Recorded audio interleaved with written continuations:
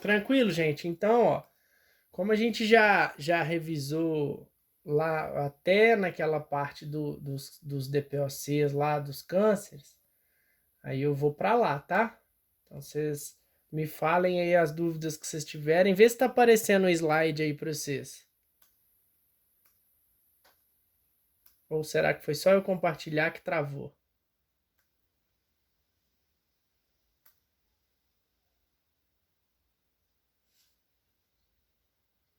Aparecendo só a capa, só a frente. Só a minha cara ou o negócio radiologia terceiro módulo? Isso, é a capa do slide. Não é tua cara, não. Então tá bom, porque a minha cara vocês já viram, não precisa ver mais. Então vamos lá, gente. Nossa, já tem um ano que a gente vê a tua cara. É verdade, ao vivo eu tô com saudades de vocês, tá? Gente, então só tá chegando mais alguém aí, deixa eu olhar no. Tá vendo? Eu sinto falta disso, de ter as duas janelas. Ei Maria, bem-vinda.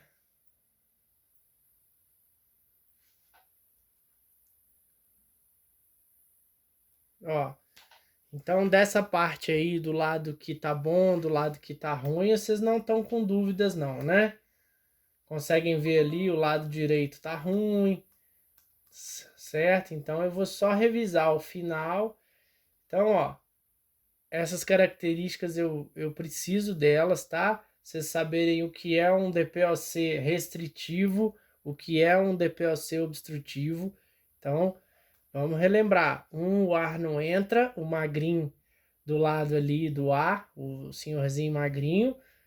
Da direita, o ar não sai, que ele está com tórax mais em barril. Então as características começam daí.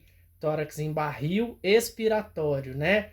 Tórax longilíneo, inspiratório, mais magrelinho, costelas verticalizadas, costelas horizontalizadas, o da direita.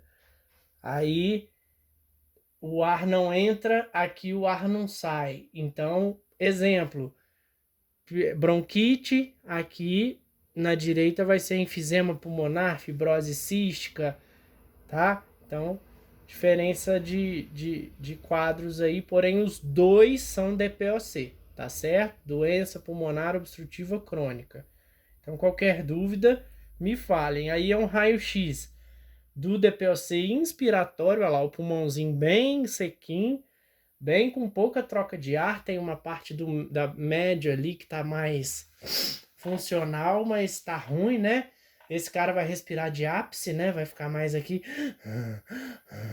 E o outro, a gente tem o DPOC com, com efizema. Quer ver? Cadê ele aqui? Que é um tórax que o ar não sai, lá mais compridão, em barril, tá? Então, vocês conseguem ver essas diferenças aí? Eu sei que a costela horizontalizada, mas está muito próximo da verticalizada, mas são detalhes que a gente começa a ver raio-x e consegue ver, tá? Consegue bater o olho e sentir a diferença. Epiglotite, né? Inflamação lá da epiglote, que é aonde a gente fecha a traqueia, né? Então eu parei aí, ó. Câncer benigno, câncer maligno. Então, neoplasia refere-se a um câncer novo. Então, acho que na última aula eu não falei. Dessa neoplasia surge a metástase, né? Que é quando o câncer migra de um lugar para o outro. Então, esse é um problema grave do câncer maligno. E é a diferença entre eles. Que o câncer benigno, olha lá, ó, geralmente encontrado nas regiões periféricas, é visualizado com pequenas massas radiodensas com contornos nítidos. Então, o benigno ele não vai migrar e geralmente ele não tem potencial para se multiplicar. Já o maligno, com calor profundo, com problemas metabólicos, ele pode se multiplicar, tá? Ô, Walter, Fala. Bem-vinda, Vívia. no, ca- no caso desse tumor benigno, Hum, necessariamente não precisa fazer cirurgia pra gente tirar, não, né? é bom. Geralmente eles vão tirar, entendeu? porque às vezes vão Pode evoluir também, né? pode evoluir também. Às vezes vão controlar com radioterapia, nem a químio, porque às vezes quando é benigno, talvez se escapa da quimioterapia, que é mais pesada, né? Então, mas o médico vai avaliar se precisa retirar sim, porque ele pode piorar sim, tá? Câncer em geral nunca é bom, né? Então, mesmo que seja benigno, vai exigir um controle bem minucioso, tá? O Edon chegou, o João chegou, vê se deu aí. Entraram? Só o nome já assusta. É, tá? Então, só que existem teorias, por exemplo, que o câncer. Beleza? Tô com Covid aqui, mas não vai passar pra vocês, não. Deus me livre, guarde. Mentira, tá? Então, o que que eu gosto de pensar? Talvez os médicos conceituados aí, eles vão me criticar nesse sentido, mas em vários, né? O câncer, teoricamente, ele vive do que é ruim. Então, se você come, mantém o seu sangue num ambiente ácido, a gente já falou isso, que é pH abaixo de 7,3, ele tem mais propensão de ter esse tipo de doença. Se você tem um equilíbrio que mantém o seu pH de neutro para básico, teoricamente o câncer não vai sobreviver. Daí aquelas lendas lá que japonês cura câncer bebendo água, fazendo dieta, né? Tem um pouquinho de sentido, tá? E esse ponto aí que eu queria falar com vocês. Eu não tenho como saber se aí vai ser exatamente um câncer benigno. Só que o benigno, ele tem essas bordas mais definidas e ele geralmente é radiopaco. O maligno, ele vai parecer translúcido, mais como se estivesse furando, como se ele estivesse comendo o tecido que está ao redor ali. Essa imagem não ficou muito boa. Talvez na seta lá em cima da esquerda, dá para vocês verem uma mancha assim, começando a comer assim, ficar preto. Então, em tese, o câncer maligno vai aparecer como um ruído de traça, como se estivesse gerando um buraco no tecido, ok, gente? Sim? Vocês têm que falar, porque quando eu vou pro slide eu não tô na sala, tá? Eu vejo só que eu estou compartilhando o negócio aqui com vocês, tá? Então, olha lá. Derrame pleural. Aí o que eu preciso que vocês pensem do derrame pleural? Sequela de trauma, né? No tórax, costela vai perfurar pulmão, pode ser tiro, facada também, né? E esse líquido vai ficar acumulado em um dos lados. A gente, como a gente disse, a gente bate o olho e não tem como afirmar que é um derrame pleural. Mas você vai ver o lado que tá ruim. Bem-vindo, Marquinhos, flamenguista, safado. Aí a gente pega e essa pessoa do derrame pleural, se tiver deitado, ela vai ter que deitar sobre o lado lesionado, o lado lesado, para tirar o líquido do mediastino. Alguém não está entendendo esses nomes? Mediastino, parte do meio entre os dois pulmões, região hilar. Então, só para definir que às vezes vocês ficam sem graça de falar, tá? Ó, vê se a minha setinha apareceu aí para vocês, ó. Mediastino é o meio, né? Então é o meio que separa os dois pulmões. E a região hilar do hilo pulmonar. Oi? Só agora que o Marquinhos respondeu?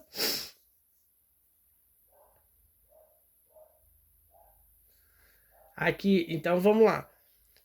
E a região hilar vai ser essa parte medial, de onde saem os brônquios aí de primeira e segunda ordem. Então, não sei, não sei se vocês. Tá ouvindo? Tem alguém falando aí ou não é comigo ou é com.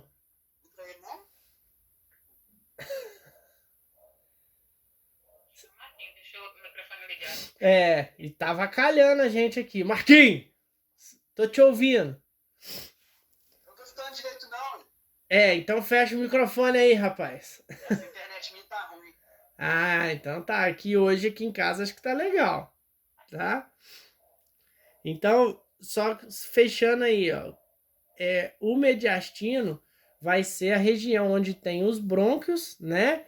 Onde entra a artéria e onde sai a veia pulmonar. Se vocês visitarem um anatômico, vocês vão ver 3 furinhos ali, que são as tubulações que vão entrar no pulmão. Então ela vem como brônquio de primeira ordem, lembrando lá da anatomia do primeiro módulo, vai virar de segunda, de terceira e termina nos alvéolos, certo? Então, essas partes aí o pulmão vai ter embaixo base, né? Médio e ápice. Lembrando que o da esquerda aqui está comprometido com líquido, ok, gente? E aí os tipos de derrame pleural, né? Empiema, que é um derrame de acúmulo purulento, que seria secreção. Aí já é mais tipo sequela de alguma patologia, vírus, algum problema, né? Alguma bactéria. O quilotórax, que vai ser um líquido leitoso, que vem já de ducto linfático. E o hemotórax, que é o trauma, né? Que é algum problema, desde uma pancreatite, de um problema de infarto, né? ICC, que é insuficiência cardíaca congestiva, ou uma facada, um trauma, um acidente. Certo, gente? Pleurisia eu acho que é tranquilo, que é um ressecamento da pleura, lá setinha mostrando. Mais uma vez eu lembro a vocês, não dá para afirmar que é pleurisia só pela imagem, né? Você vai deduzir pelo sintoma. Gente, uma coisa que eu queria ver com vocês aí. Olha esse tórax aí para mim. Vê se vocês conseguem falar se ele é inspiratório ou se ele é expiratório. Arrisca, não fica com vergonha não. Eu também vejo como inspiratório. Olha a clavícula, o tanto que tá verticalizada. Tá quase um V, tá vendo? E aí, se você juntar as duas ali, fica um W, né? De Valtim, massa, né? Aqueles caras. Então, tá vendo que fica um V ali. Tá vendo ali que tá um V? Então, essa é a ideia de uma costela, de uma clavícula verticalizada.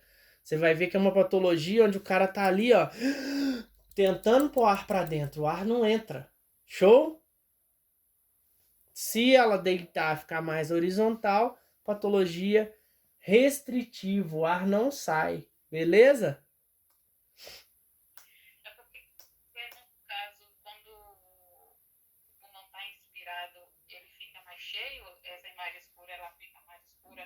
Sim, teoricamente, a hora que você inspira, ele vai estar com ar lá dentro. Então, ele teria que estar bem translúcido, entendeu? Então, o da esquerda ali está até mais perto do normal, mas o da direita está com um probleminha lá, certo? Beleza?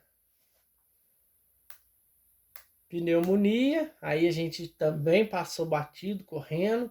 Então, pneumonia vai ser a inflamação de alguns setores do pulmão, né? Então, os alvéolos vão estar com vírus, bactérias, problemas que eles vão acumular um líquido purulento, né? Então, a hora que você radiografa, sai esse trem tudo esbranquiçado aí, que dependendo da duração, ele pode até calcificar um pouco e virar uma fibrose, coisas assim, né? Mas, então aí, ó, se a gente olhar, não dá para você ver a pneumonia, mas aí se você falar que o cara também tem uma tuberculose associada, já aparece a imagem, então é isso que eu quero que vocês não fiquem presos só em achar onde que tá ruim, tá? Então o lado direito ali, a parte hilar lá, o médio, né? E a parte superior lateral lá tá bem ruim do lado direito, certo? Aí os tipos, pneumonia aspirativa. Você aspirou um negócio, seu organismo vai tentar encapsular para pôr para fora, né? Broncopneumonia vai ser uma bronquite que evolui para pneumonia por bactérias estreptocócicas. Então, vai ser uma coisa até mais, não vou falar alérgica, mas de uma forma até mais aguda, certo? A pneumonia lobar. No caso, essa aspiração, no caso, é quando fica obstruído o ar, ou de entrar ou de sair? Pode ser, Alina, mas o que é aspiração? Você engoliu uma tampinha de caneta e ela, em vez de ir para o estômago, vai para o pulmão. Aí no pulmão, seu organismo tem um sistema de defesa que ela vai incubar o negócio, vai encapsular. E ali vai virar uma pneumonia, porque vai estar uma inflamação ali, entendeu? Então essa inflamação impede trocas gasosas. Então você gerou uma pneumonia porque você engoliu, você aspirou um objeto estranho, certo? Beleza? A lobara lá. Por que lobar? Porque tá com lobos bem distintos aí. O lobo esquerdo aí, inferior, tá todo tomado. E do lado direito aí, quase não sobra. Só a parte média aí que tá um pouquinho ventilando. O restante tá tudo ocluído. Ok? Então a pneumonia vem pelo nome aí, tá? Pneumonia viral, que vai ser uma inflamação pelos os alvéolos conectantes. Então, aonde a secreção passa, ela vai contaminar. Esses casos aí já requerem isolamento, tipo Covid, sabe? Porque o vírus, ele onde ele passa, ele vai infectando.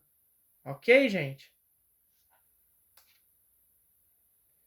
E aí o pneumotórax, ó. O que é pneumotórax? Você vai ter lá um acúmulo de ar no espaço pleural causando colabamento parcial ou total do pulmão. Então, ó, tem que ter olho de boa vontade para ver diferença aí. Esse não tá tão bom, mas dá para ver que o direito lá, ó, tá sem tecido, tá tudo fechadinho aqui na região hilar aqui, ó. E o outro já tem um pouquinho mais de marca. Mas aí, para não ficar exigindo demais, olha esse aí. Esse aí tá bem lúcido, né? Tá bem claro que o da direita tá translúcido, ela tá fechadão. Então, provavelmente você teve alguma perfuração ali que não atingiu o pulmão, mas atingiu a pleura. Aí, ela, se não atingiu a pleura, visceral, atingiu a pleura parietal, que é da parede. E aí entrou ar, o ar fica fora do pulmão e faz o pulmão fechar. Vocês conseguiram entender isso aí? Sim? Sim. Não sei se foi eco ou se alguém aí falou sim. Beleza, gente? Beleza, gente? Ah, agora eu escutei minha voz. Começou a travar porque tá dando eco, né?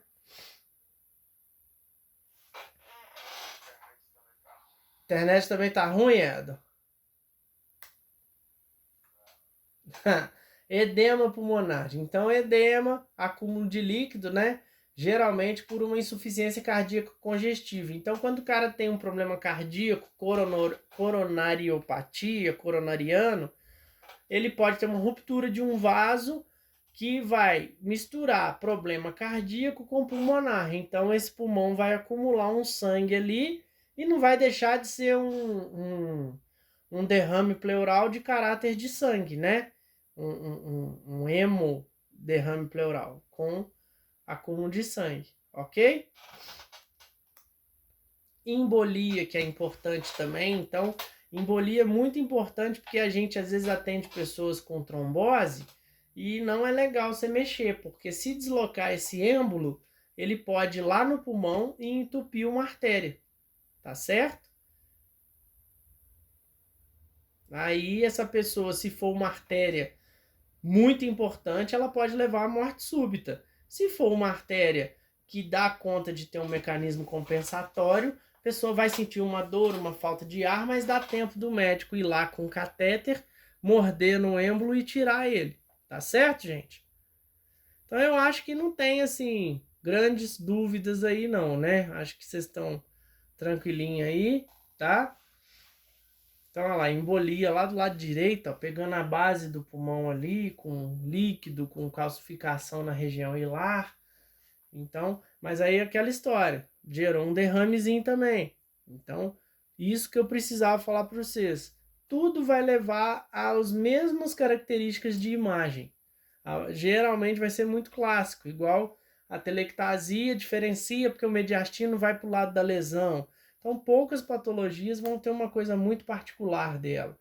Agora a embolia já passou para o lado esquerdo ali, certo? A base pulmonar, mas aí se eu falar com vocês que é pleurisia, na imagem não dá para você saber. Ok, gente? Dá para você saber que o lado esquerdo tá ruim a base dele ali, tá? Então, olha lá. O diagnóstico envolve outros exames, como a tomografia, cintilografia de perfusão, que vai ver o suprimento sanguíneo, né? E as regiões afetadas vão demonstrar qual o segmento que não está chegando sangue. Covid, a gente falou que vai, quando ele ataca o pulmão, ele vai atacar na forma bem similar à pneumonia, que ele inflama, ele gera uma hemorragia nos locais, né? Então ele vai gerar de hemorragia, derrame, similar à pneumonia também. Aí vai aparecer opacidades difusas com ou sem consolidação, impedindo as trocas gasosas. Aí pode levar ao óbito, né? Esse aí tá bem comprometido, ó lá. Tá sobrando só uma basezinha aí. Acredito que esse caso aí já deve estar bem assim, bem avançado, tá? E o SARA, que é a síndrome da angústia respiratória no adulto, ela é uma síndrome, né, que dá uma membrana hialina. Então começa a formar tipo um tecido dentro do pulmão, né? E pode ser em lactentes também, que vai gerar uma ausência de troca. Então, uma condição emergencial, igual eu falei na aula, quase de finalizadora mesmo. A pessoa ali não está tendo troca gasosa, então a tentativa quando a pessoa atinge SARA é tentar mudar de posição para ver se chega ar em alguns lugares que estão infectados ali, tá? Aí, ó, o SARA aí tá mais feio que o Covid ainda, tá certo? No celular aparece mais livre aqui na câmera do celular, mas na tela aí a gente vê que tá bem tomado. Tuberculose, olha lá, é o que eu falei com vocês. Se falar que é pneumonia, não dá tanta diferença assim, tá? Então, eu preciso que vocês vejam e tenham um discernimento de falar, tem pontinhos de calcificação. Então tá um pouquinho mais para tuberculose, porque já tem uma degeneração de tecido, já tá começando a ter um probleminha mais crônico ali. Ok, gente? Deixa eu voltar lá para ver vocês aqui, para ver se vocês falam alguma coisa ou se travou. Valtinho Cruzeirense. Nossa, não faz isso não, gente, tá?